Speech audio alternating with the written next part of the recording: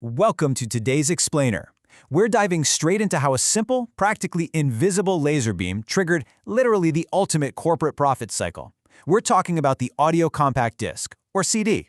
It's a format that didn't just revolutionize how we jam to our favorite tracks, but completely rewrote the playbook on how the music industry extracts, well, staggering amounts of wealth from its old back catalogs. So here's a question that kicked things off.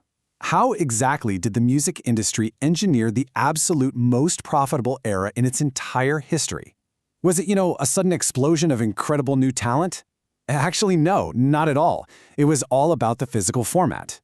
As you'll see, a shiny little piece of plastic completely transformed the economics of sound. It created these absolutely unparalleled margins that the entertainment biz had never seen before and honestly might never see again.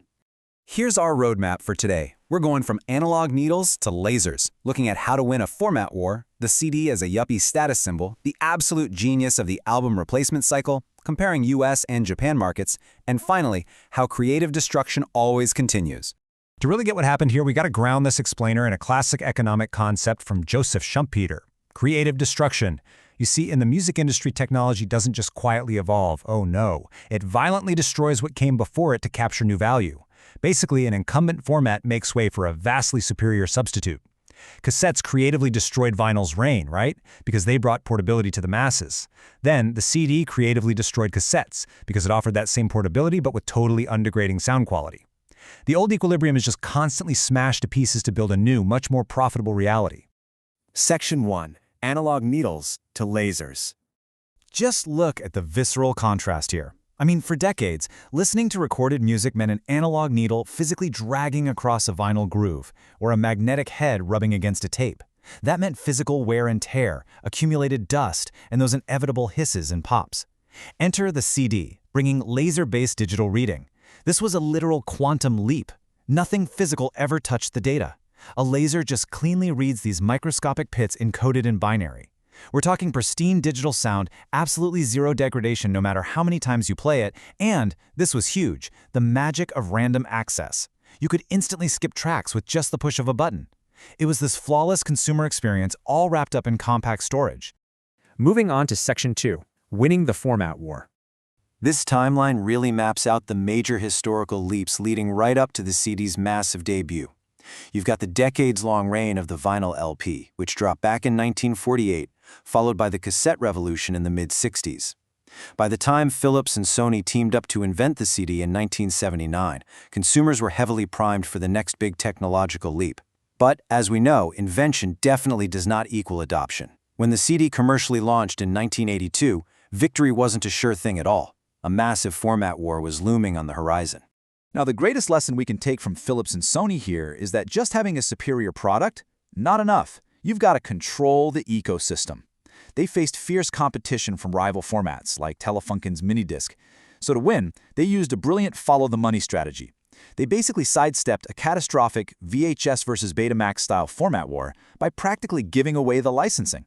By charging this crazy low royalty, just 3 to 5 cents per disc, they made it financially impossible for reluctant record labels like EMI to say no. They created this flawless hardware and software synergy. Manufacturers sold the expensive players, labels sold the ultra-high-margin software discs, and everybody made a total fortune. And that, right there, is exactly how you leverage network effects to engineer an undisputed industry standard. All right, Section 3, the yuppie status symbol. Before the CD was absolutely everywhere, it was super exclusive. Early on, owning a CD player was literally a symbol of success. It made this bold lifestyle statement for the 1980s yuppie generation. We have to remember, back in the 80s, technology wasn't just shoved in our pockets. It was a luxury showpiece for the living room. Pop culture was leaning so heavily into sci-fi, lasers, and that whole high-tech aesthetic. So owning this sleek, glowing, laser-reading music machine, it was the ultimate flex for the upwardly mobile professional. It was basically the absolute pinnacle of materialist consumer culture. But check out this steep initial price drop. The average price of a compact disc plummeted from $21.50 in 1983 down to just $12.22 by 1990. At the exact same time, the hardware, the CD players themselves, saw their prices slashed by 50% within just their first 2 years on the market. This massive price reduction wasn't an accident. It was a highly calculated Trojan horse. By rapidly making the hardware affordable, the industry ensured swift mass-market penetration. It perfectly hooked everyday consumers right into their incredibly profitable ecosystem of buying those discs. Which brings us to Section 4, the album replacement cycle. Okay, this is the exact playbook the industry used to absolutely maximize their ongoing profits, and it's known as the album replacement cycle. Honestly, the audacity of this is kind of brilliant. Step 1 wasn't just about introducing the new format, it was actively killing off the old one. Labels forced the transition by quietly pulling vinyl off retail shelves and completely shutting down legacy production lines. Step 2, mass-produce the CDs. Thanks to automated digital tech, a big record label could spit out a disc for less than 75 cents.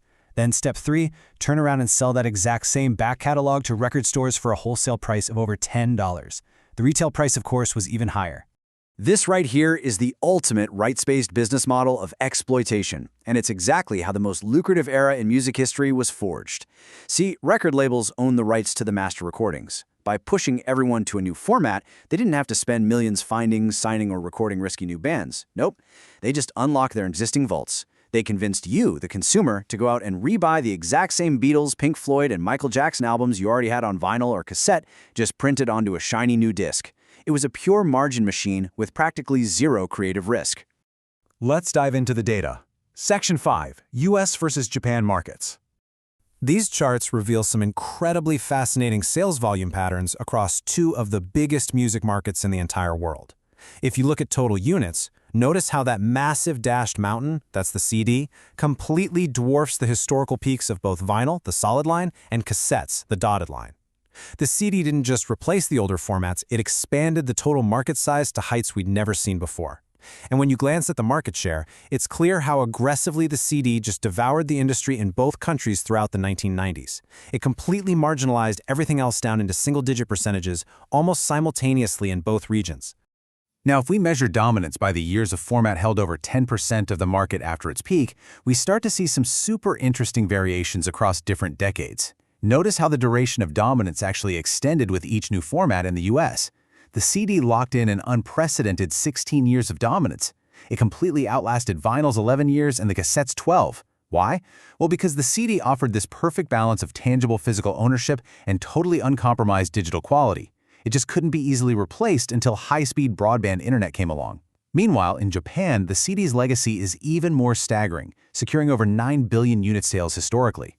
Because Japanese market culture places a really high value on physical collectibles and high-fidelity goods, the CD is actually still highly relevant and actively purchased there today.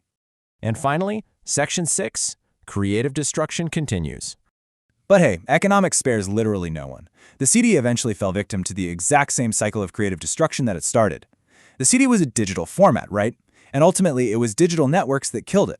The explosion of the internet introduced peer-to-peer file sharing, stuff like Napster, which violently disrupted the record label's strict, crazy profitable rights model pretty much overnight. Suddenly, distribution was practically free. Soon after that, legal digital downloads via iTunes and eventually massive streaming giants like Spotify emerged as vastly superior substitutes. They offered absolute zero-weight portability and instant access to tens of millions of songs. Because of this totally relentless technological march, the US CD market share experienced a dramatic collapse, plummeting down to a paltry 4% by 2020. So, I want to leave you with this final thought. As streaming completely dominates our lives, our phones, our cars, is the story of the CD truly over? Or, as a cultural product, will the CD's inherent nostalgia value trigger an extended physical revival? Kind of like what we've witnessed with the massive resurgence of vinyl. The cycle of creative destruction is absolutely ruthless, but it always seems to leave just a little bit of room for nostalgia.